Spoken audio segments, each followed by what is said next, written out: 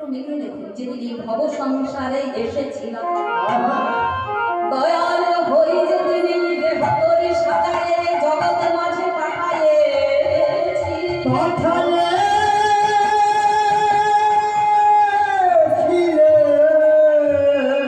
এই 24 জন সখাকে আমার সঙ্গে দিয়েছিলেন, 24টা বন্ধুকে আমার সঙ্গে দিয়েছিলেন।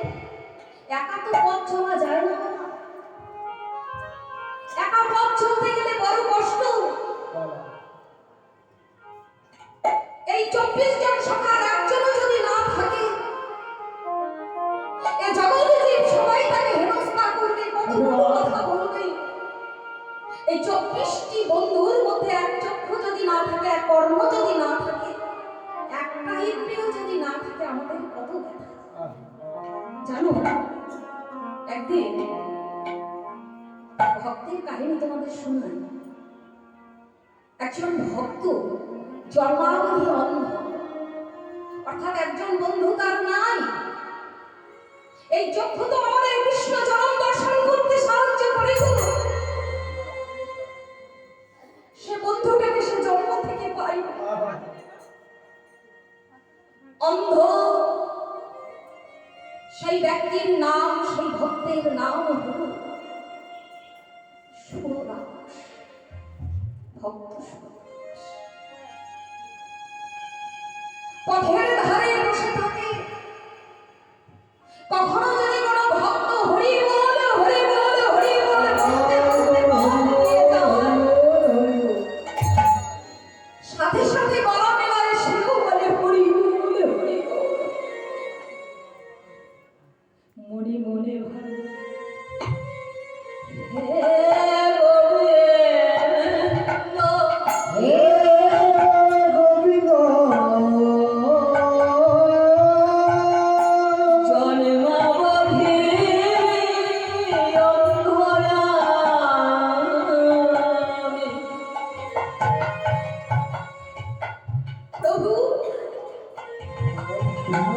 জগতের সবাইকে তুমি নয়ন দিয়েছ, কৃষ্ণ দর্শনের জন্য দুটো নয়ন তুমি আমাকে দেখে এত কৃপণ তুমি। ও দয়াল হরি, দয়াল হরি,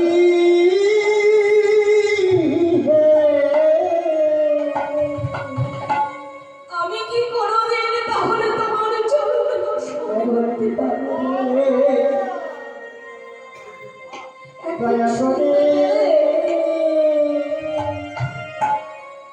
অনেকে কলরব, সবাই কলরব করতে করতে চলেছে পথ দিয়ে। বদনে কি বলছে সবাই? জয় রাধে রাধে রাধে। ওগো সূর্য, তোমরা কোথায় যাচ্ছ? রাধে রাধে বলতে বলতে। হে অন্ধ সুরদা, আমরা বৃন্দাবন যাচ্ছি। রাধা চরণ দর্শন করবার জন্য আমরা বৃন্দাবন যাচ্ছি। ভাই, আমি তো অন্ধ, আমি তো পথ চিনে কখনো ব্রজের মাটিতে যেতে পারিনি। তবে কি কোনোদিন আমার রাধারানীর চরণ দর্শন হবে না? প্রভু গো, কৃপা করো, কৃপা দয়া করো, একবার আমার হাতটা ধরে নিয়ে চলো না। একবার তোমাদের পিছু পিছু আমাকে একটু ধরে নিয়ে চলো। দয়া করে একবার আমাকে ব্রজের মাটিতে নিয়ে চলো। বহু সাধ জীবনে একবার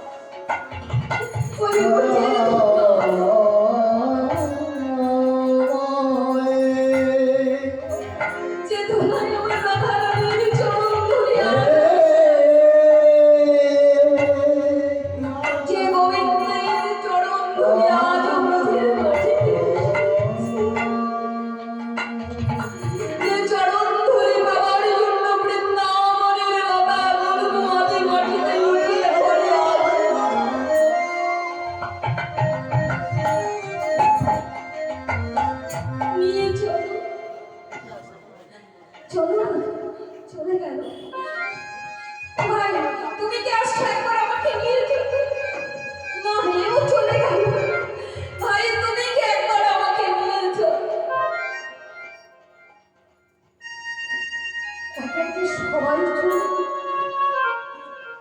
আজ আমি অন্ধ বলে আমার এই বন্ধুর বিনয়ন নেই বলে সবাই তোমরা আমাকে ফেলে রেখে গেলে। তাচ্ছিল্যের হাসি হেসে কে তোমাকে নিয়ে যাবে? চোখে দেখতে পাও না, তাই পথ চলতে পারছি না, চোখ আছে। বোঝে না জগতে যে আমরা এই জগতে চক্ষু থাকতে অন্ধ। অন্ধ শিরোদা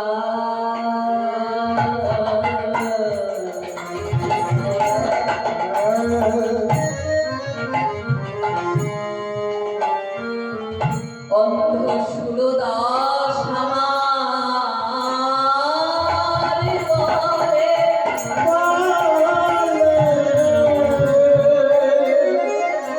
ও গোরা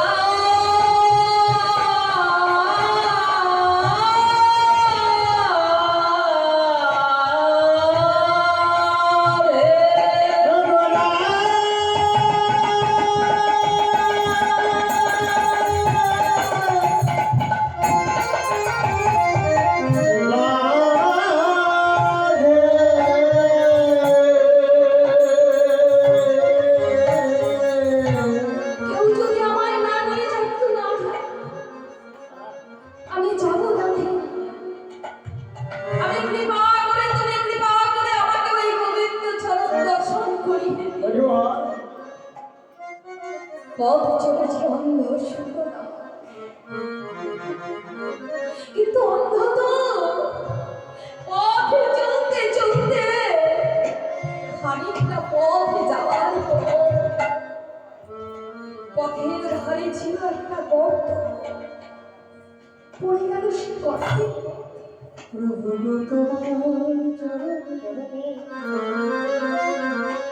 সেই গর্তের মধ্যে পড়ে শুধু শিখে দেব ও গো দয়া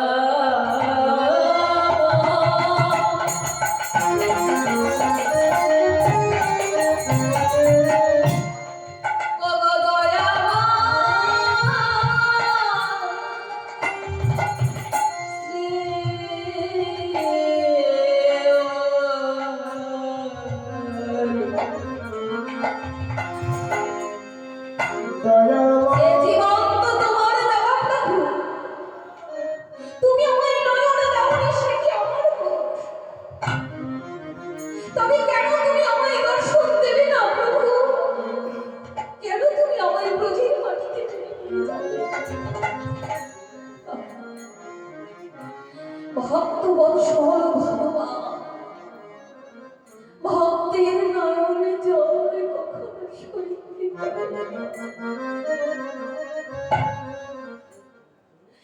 ভক্ত যে আমার মাতা পিতা, ভক্ত আমার গুরু, ভক্ত আমার নামে রেখেছে বাঞ্ছা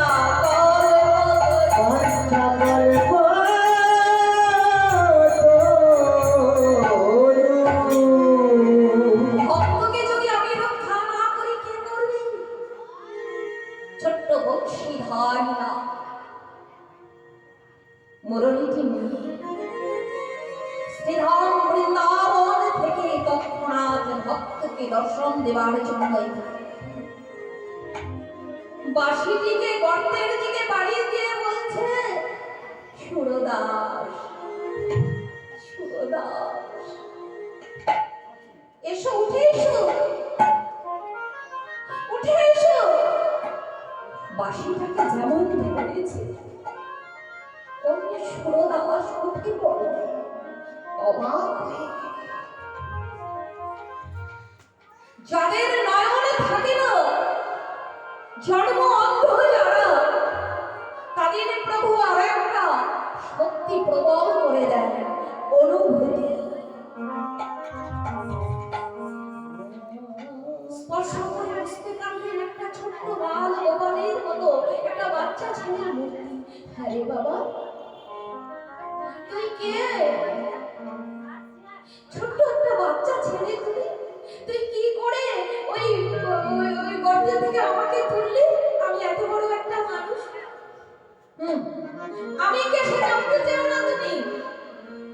জানতে চাইলে তোমার জীবন শেষ হয়ে যাবে। তত্ত্ব বলছে ভগবত মহিমা, ভগবানের মহিমা অনন্ত কোটি। ব্রহ্মা শিব কেউ জানে না, ব্রহ্মাদি শিব জানে ধরে নাহি পায়। সে ধরে বঞ্চিত হলে কি হবে উপায়? অনন্ত নাগ অনন্ত বদনে যার গুণ বর্ণনা করতে পারেন না। গণেশ কোটি যুগ লিখে যার কথা লিখে শেষ করতে পারেন না। কে তুমি জিজ্ঞাসা করছো? এত কিছু জানতে গেলে তো তোমার একটা জীবন কেন লাখো লাখো জনম। তুমি কিছু চাও কি? তুমি বৃন্দাবনে যেতে চাও কি? মনে মনে ভাবছো বাবা, আমি যদি এখন বেশি কথা জিজ্ঞাসা করতে চাই, আমাকে তো আর কেউ বৃন্দাবনে নিয়ে যায়, নিয়ে ছেলেটাও চলে যাক। আমার কাউকে কে আত্মপরিচয় জানবার দরকার নেই। বাবা তুই আমাকে বৃন্দাবন নিয়ে যেতে পারবি? ধরো এই বাঁশিটা ধরো। তুমি বাঁশিটা ধরেছেন সুরদাস, আগে আগে যাবে গুরু রূপে। ছোট্ট বাল গোপাল মূরতি দত্ত বলছেন বৃন্দাবন দর্শন করতে হলে এই রকম ভাবে গুরু চরণকে আশ্রয় আমাদের করতে হবে। তবে বৃন্দাবনের পথ গুরু রূপে আমাদের দর্শন করতে এই জনবহুল পৃথিবীতে হিংস্র জন্তু জানোয়ারে ভরা, এই হিংস্র জন্তু জানোয়ারে ভরা এই পৃথিবীর পথে চলতে গেলে, বিপদ সম্পূর্ণ পথে চলতে গেলে গুরুকে আমাদের সঙ্গে নিতে হবে। তাই আগে আগে যায় আমার গোপাল গোপাল পিছু পিছু ধরে চলে আমার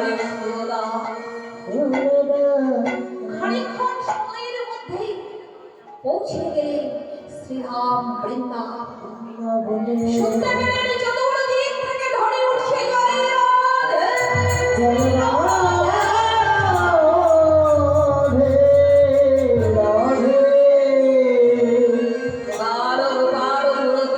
যে আমার এই সুরদাসকে নিয়ে এলেন ব্রজধাম। তিনি কে গো? তিনি হলেন শ্রীরাম বৃন্দাবনে একটি বন নিধুবন। এই নিধুবনে রয়েছে আমার বাকে বিহারীজির মন্দির, বাকে বিহারী লালজির মন্দির। এই বাকে বিহারী লালজি আজ ব্রজের মাটিতে সুরদাস এসে ওই বিহারী লালজির মন্দিরের সামনে এসে বসে বলছে, হে বাকে বিহারী লাল